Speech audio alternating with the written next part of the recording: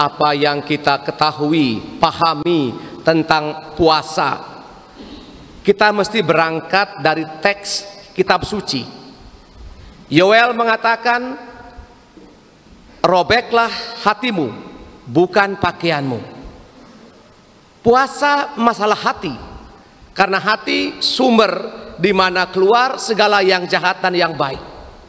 Sehingga merobek hati artinya kita merobek yang tidak baik, agar yang lebih baik, yang baik-baik keluar semuanya. Injil memberikan 3 poin dalam puasa. Bagaimana kita harus memberi sedekah, bagaimana kita berdoa dan berpuasa. Semuanya dimaksudkan agar hanya Tuhan yang tersembunyi yang mengetahuinya, sehingga tidak perlu pamer-pamer, kasih muka apa kotor-kotor bahwa saya lagi berpuasa nih, dengan muka muram-muram macam babi kena sakit kanker. Itu tidak ada. Gembira-gembira. Terus bagaimana dengan soal makan, Romo? Apakah puasa berarti tidak makan? Saya tidak mengerti seperti itu. Puasa kita pertama-tama bukan soal tidak makan atau boleh makan. Seandainya kita punya intensi, misalnya Rabu Abu atau Jumat, kita biasa makan sekali makan misalnya 50.000. Dengan kesadaran bahwa hari ini saya makannya 10.000, yang 40.000 ini dengan diam-diam saya tabungkan, saya sisihkan.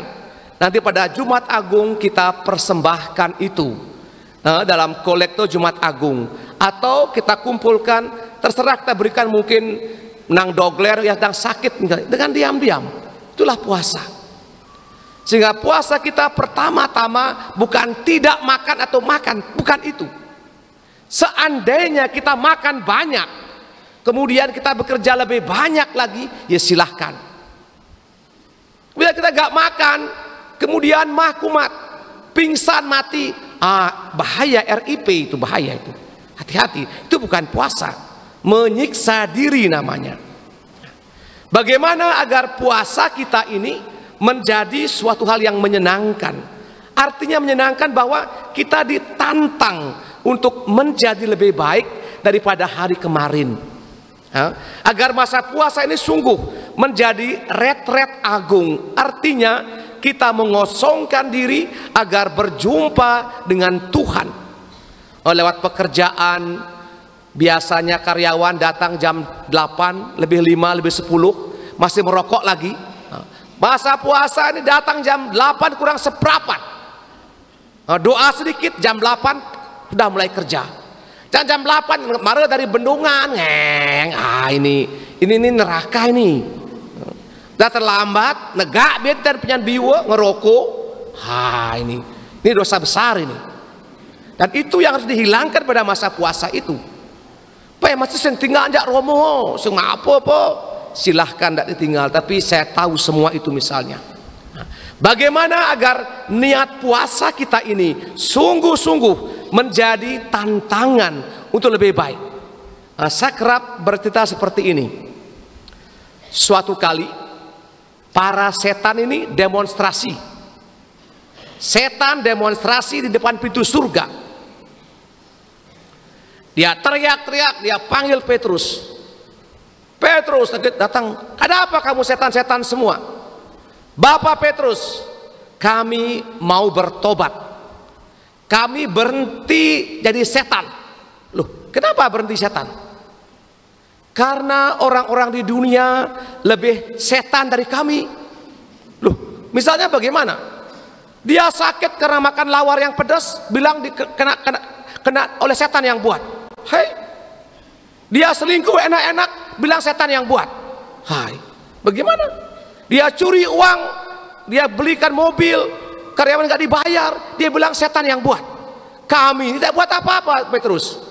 Oleh karena itu mulai sekarang kami tidak mau jadi setan lagi. Akhirnya mereka dibaptis. Dengan namanya Yohanes Komang, namanya Yonce, begitu. Jadi bertobat semua kami ini semuanya. Ya. Oleh karena itu sekalian jangan lupa ingat ini Rabu Abu nih ya, setan demonstrasi itu.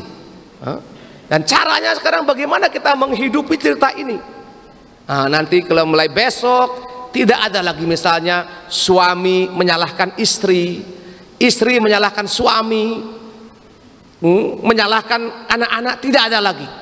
Guru menyalahkan kepala sekolah, pastor kan menyalahkan pastor paroki, DPP menyalahkan temannya, tidak ada lagi.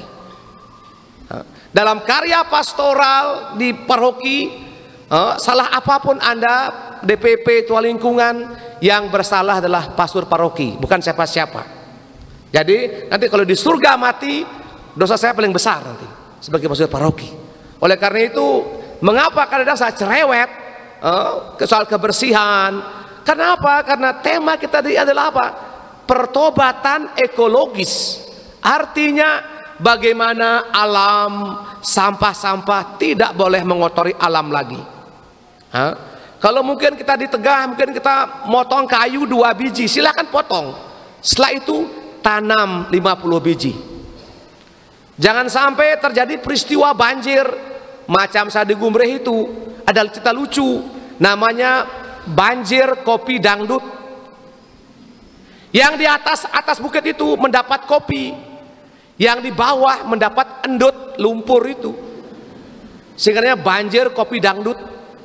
Dia menyalahkan lagi banjir itu, padahal dia yang buat. Ini sama seperti setan itu, sehingga setan bertobat karena kita semua ini, dan kita menjadi setan menggantikan mereka. Semoga Rabu Abu ini masa yang baik.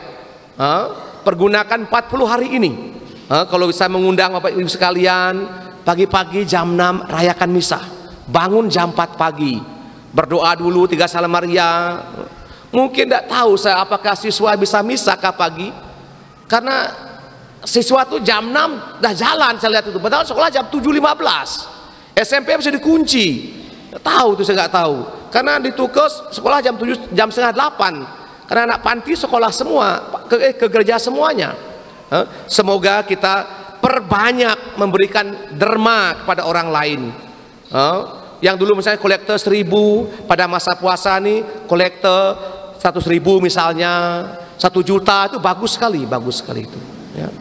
Juga misalnya yang belum bayar iuran kematian, bayar 2 tahun sekaligus. Itu bentuknya, betul itu. Yang mungkin masih nunggak utang, bayar pelan-pelan. Itu pertobatan yang paling nyata. Sehingga dengan demikian kita, karena doa umat Palas hari ini, karena perbuatan baik kita semuanya, setan semuanya bertobat, dan dia demonstrasi bertobat di surga karena doa Bapak Ibu sekalian. Kita mohonkan semangat ini pada masa pembukaan Retret Agung masa Rabu Abu Prapaskah dengan misa Rabu Abu ini. Amin.